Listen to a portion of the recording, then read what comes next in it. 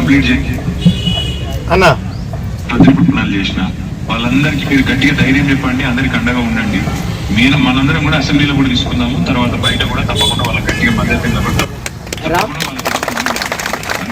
రామన్న నమస్కారమే. నేను తెలంగాణ రాష్ట్ర అధికార ప్రతినిధి పడాల రవీందర్. మా యొక్క మహిళా సోదరిమణులు కేజీబీవీ యూఆర్ఎస్, అదేవిధంగా సమస్త ఉద్యోగులు దాదాపు 600-700 మంది ఇక్కడ ఉన్నారన్న. మీ మాట మీ వాణి వాళ్ళు వింటా ఉన్నారు.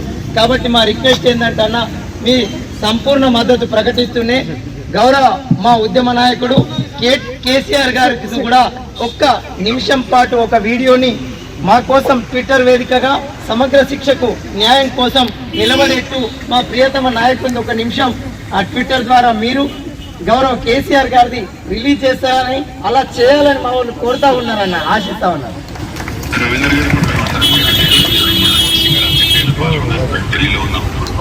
తప్పకుండా నేను తిరిగి వచ్చిన తర్వాత మా అనిల్ యాదవ్ గారితో కూడా నేను కోఆర్డినేట్ చేస్తాను, జోగురామన్న సార్తో కూడా నేను కోఆర్డినేట్ చేస్తాను.